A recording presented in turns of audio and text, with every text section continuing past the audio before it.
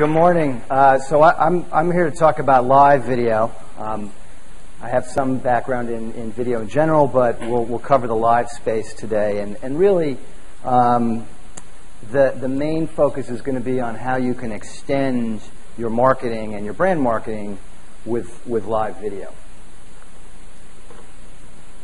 So basically, we talk about in the streaming live space, we talk about, okay, what are the ways, or what are the key benefits that you can get out of live broadcasting on the web? The number one benefit is you can take a brand event, and we all know that the world of event marketing is huge and a very important piece of the marketing mosaic and the marketing platform for any brand. You can amplify that brand event. And you can extend it to an online audience. And that's really important because there's a couple things that happen with that. One is you can tie through social networking and through social media, you can leverage connections so that people who are watching a live broadcast are also interacting on Facebook in the same user experience, on Twitter, and in live chat.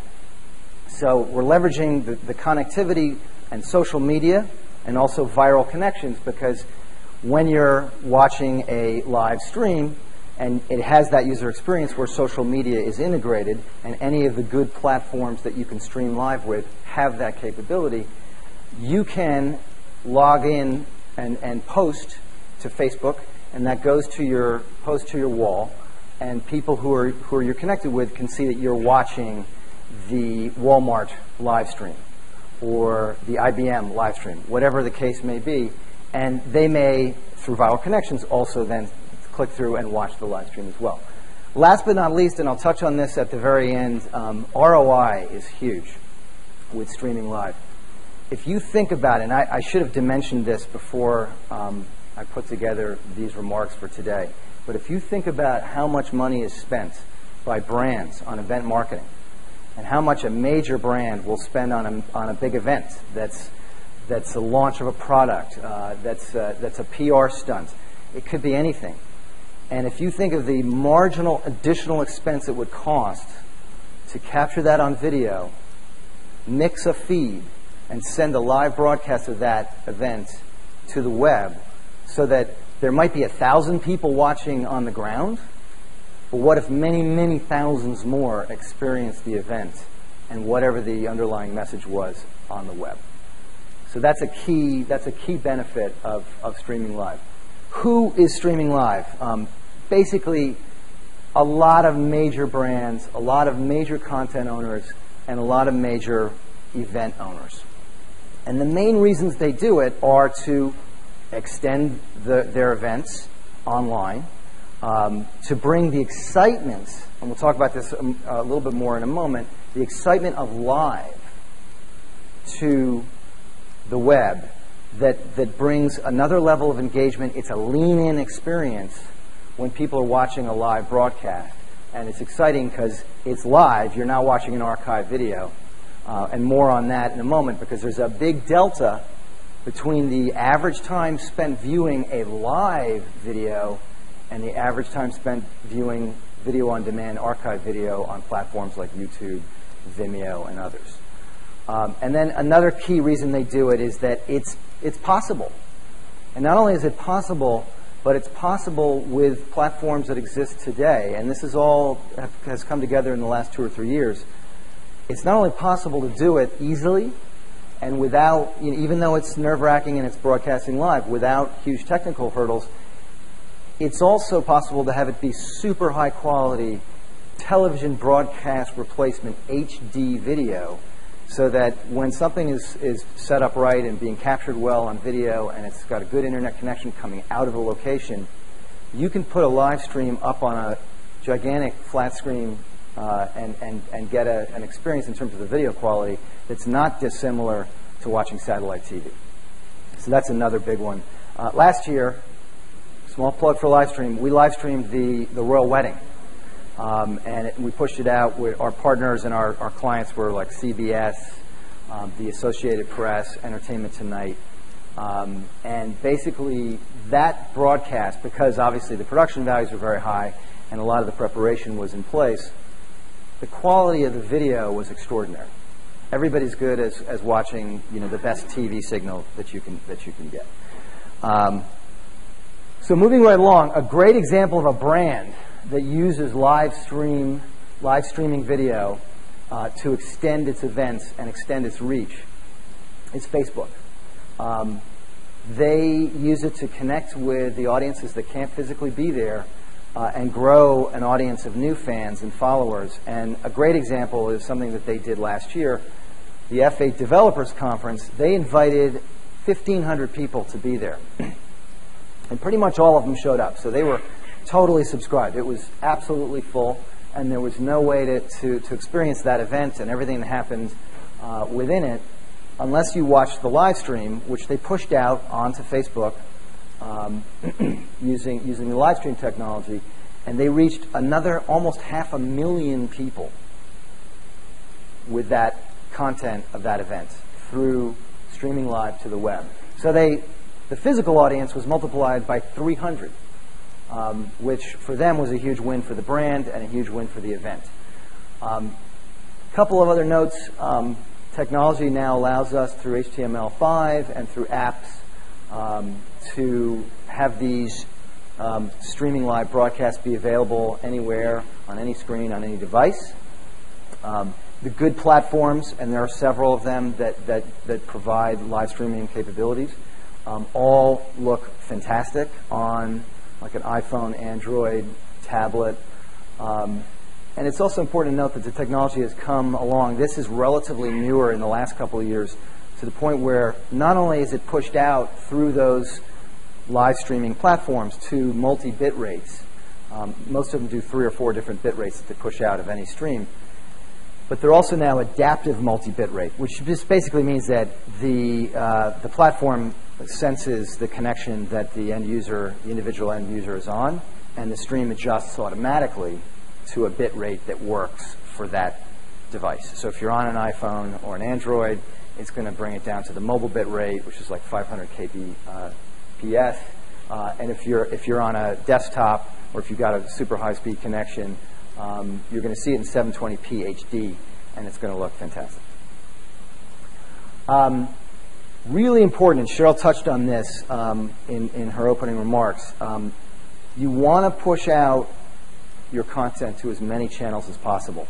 And so in terms of best practices of streaming live, you absolutely want to have it be on the native platform, live streaming platform that it's coming from, that you choose as the platform, but you also want to push it out to as an iframe embed to your website or to the brand's website, to the brand's Facebook page, integrated there, and also Twitter. This is an example of Toyota embedding the live stream experience from a chat of designers that they had at the New York Auto Show back in April, which was a live broadcast. You see the screenshot of them during the live broadcast, and then below you see what we call the social stream, which is where people are either Facebook chatting or Twitter chatting. So that's an integration. It's a Facebook app. It's a custom Facebook app with the Facebook chat widget and the Twitter chat widget integrated into it.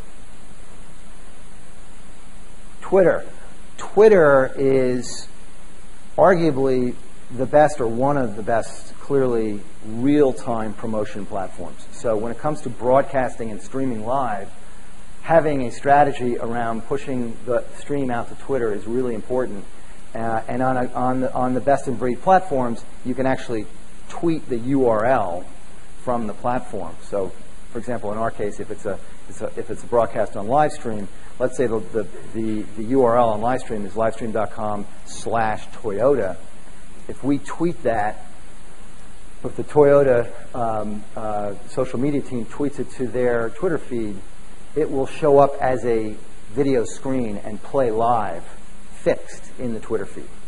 And then what in terms of best practices, what the leading brands do is surround that with a Twitter campaign and promotion that drives people from the Twitter sphere to that particular feed. In this case, it was Samsung Mobile They did a concert. They spent an absolute fortune doing a private concert for 1,000 of their customers in New York City. It was by invite only. It was free. They gave them free drinks, food, the show, the whole 9 yards. And they got ROI because they pushed it out on the Samsung Mobile USA site. They pushed it out on Facebook. They pushed it out on Twitter, everywhere. And they had a big marketing campaign around driving viewership of the live stream. And on that note, it's really important. I actually don't have a slide today on this, but I like to talk about something called the last mile, because in live streaming, when you're doing a live broadcast, you need video production, you need web development, which is the integration onto your website, the brand website, or the Facebook page, or the Twitter feed, or more, and you also need a promotion.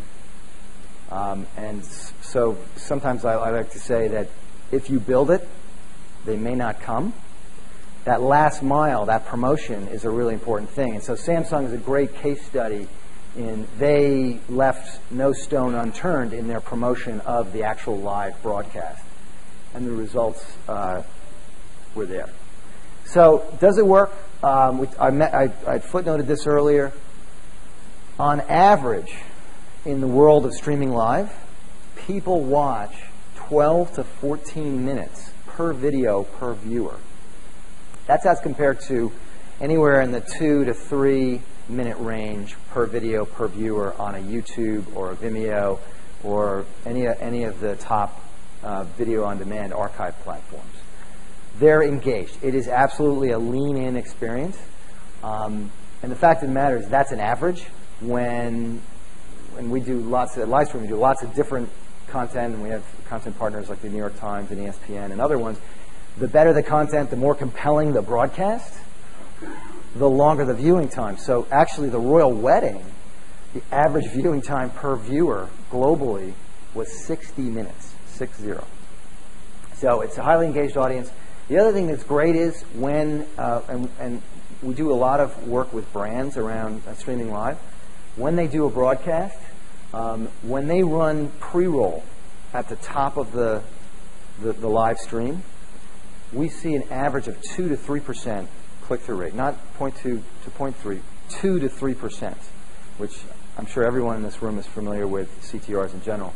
It's super high. It's also a reason that our greater network, where we sell advertising across a whole network of channels within our platform, sees a lot of pre-roll business because the campaigns where they're looking for, specifically for that metric, come to us.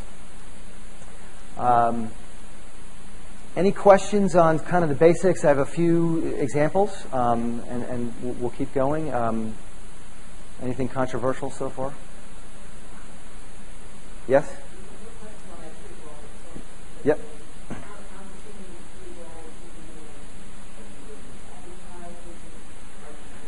It's a great question. So companies like Livestream will get hired by a major brand to broadcast a big event and make it live on the web. Pre-roll for those would be, okay, let's say that client is Toyota. They'll give us 3 different pre-roll creatives and say, run these, and only these, at the top of every stream. And because they're paying us to do production, web development, Facebook app, all of the stuff that goes into making one. Yeah, go ahead. My question is about that, like your rate on the pre-roll. Yep. So obviously it's big brand advertising, and a pre-roll video ad is similar to a TV ad. Yeah, it's a 15 or a 30 usually. But they're still holding you accountable with the just seems sort of contradictory to every brand. Well, yeah. I mean, this is the big perennial question, right? I mean, every conference that I have been to in the last, I don't know how many years, 3, 4, is people who are really top thinkers in digital marketing saying, when are we going to jettison the click-through rate as the metric, as the holy grail? Are we going to do engagement? Are we going to do something else? We're going to do time spent viewing of it, and it seems to be still,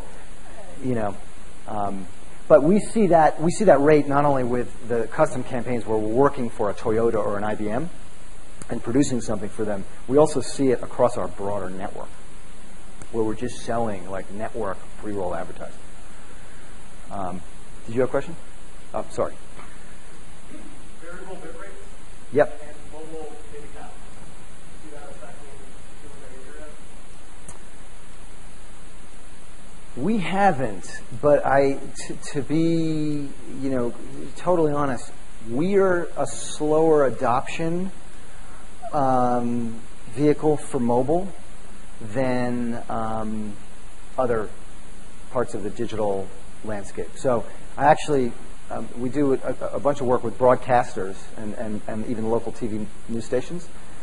And recently I was meeting with somebody who is the head of digital for a group of local TV news stations, and he told me that today 52% of his traffic on his websites, where people are reading local news articles and stuff, is on mobile. And it's mostly Android and iPhone. But as a platform, we see somewhere in the 5 to 7% of all of our viewing happens on mobile. We still see a lot of desktop. One quick question for you guys. How many people here have done a streaming live broadcast, have done a live stream? Oh, great. Excellent. All right, so let's take a look at some examples. This is very interactive, so just jump in and stop me on any one. This was kind of cool. Chevy did a stunt last year. They launched the new Chevy Sonic in part with a stunt where they put a Chevy Sonic on top of a stack of 10 cargo containers in the port of Los Angeles. They built a microsite called Let's Do This. And you can't really see it so clearly at the top, but there's a little click, like a cursor finger behind the car. And the microsite had a button where if anybody who clicked on that button would, microscopically move the car forward towards the edge. And so they launched this promotion. It ran for several days. They started a live stream like 3 or 4 days before the launch.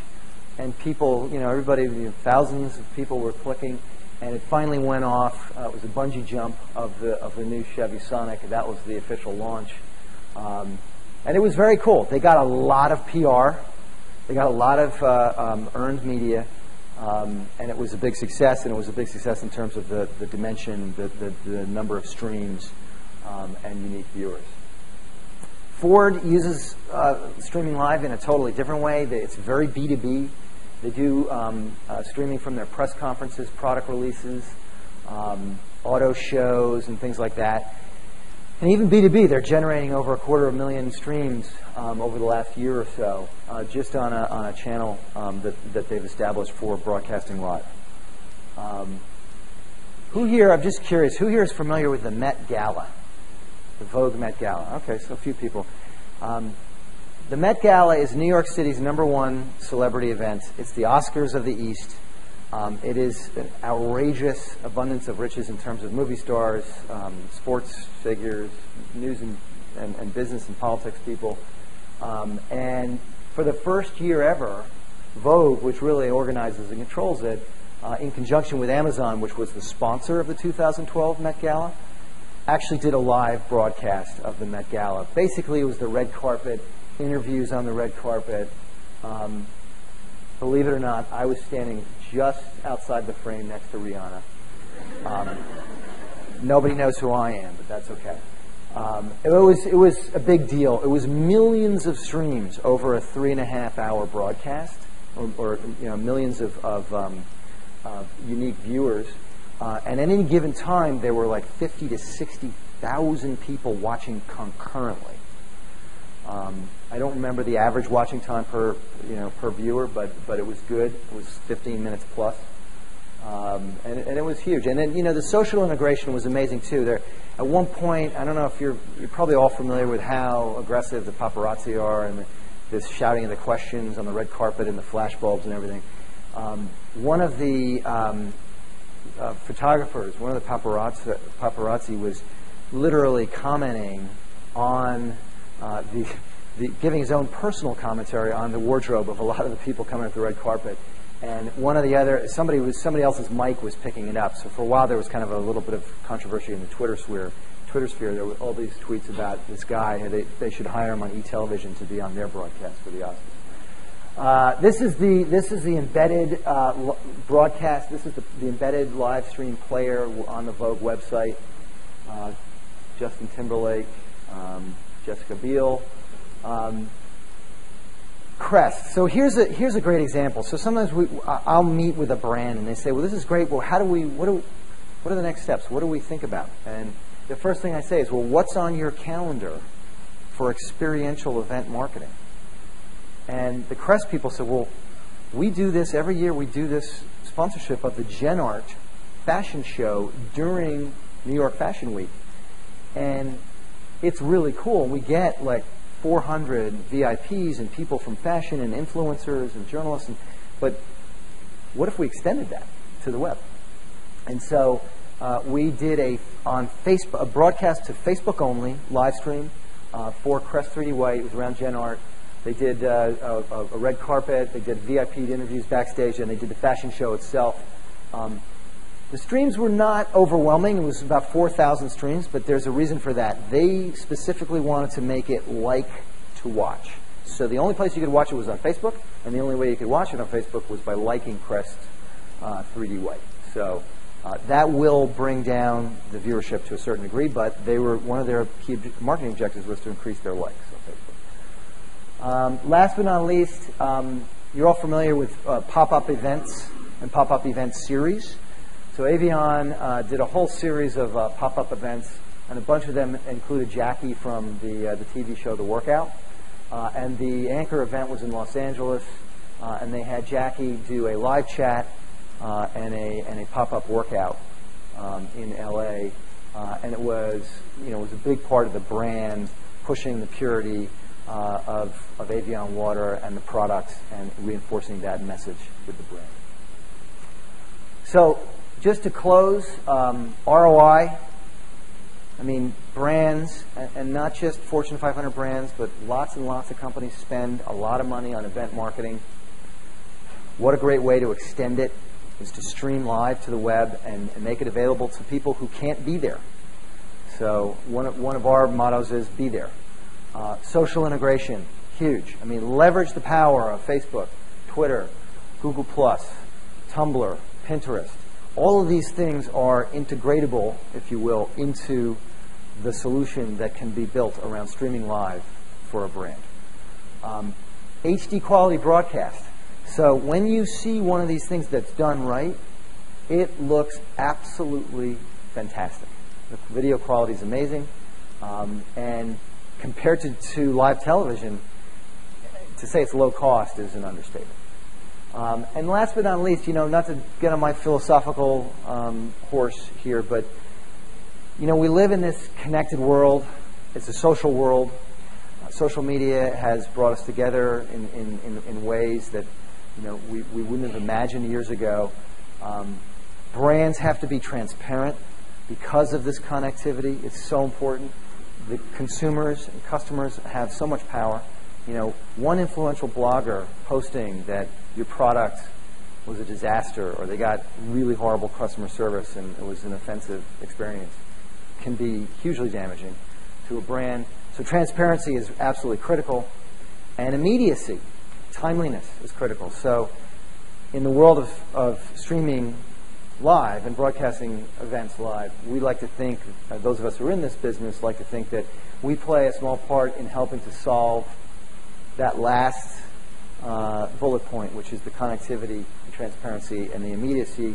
And in case you don't think we practice what we preach, we stream all day long from our office in New York City. So if you're ever curious, if you ever want to see me, I sit over kind of on the left-hand side a little bit there. Livestream.com/office. We have cameras outside pointing down at the Freedom Tower and at Midtown. And so we're a big believer in having an always-on presence and using streaming video live. That's it for me. Thank you very much. If you want to ask any questions, happy to answer. And also, I'm available via email and Twitter.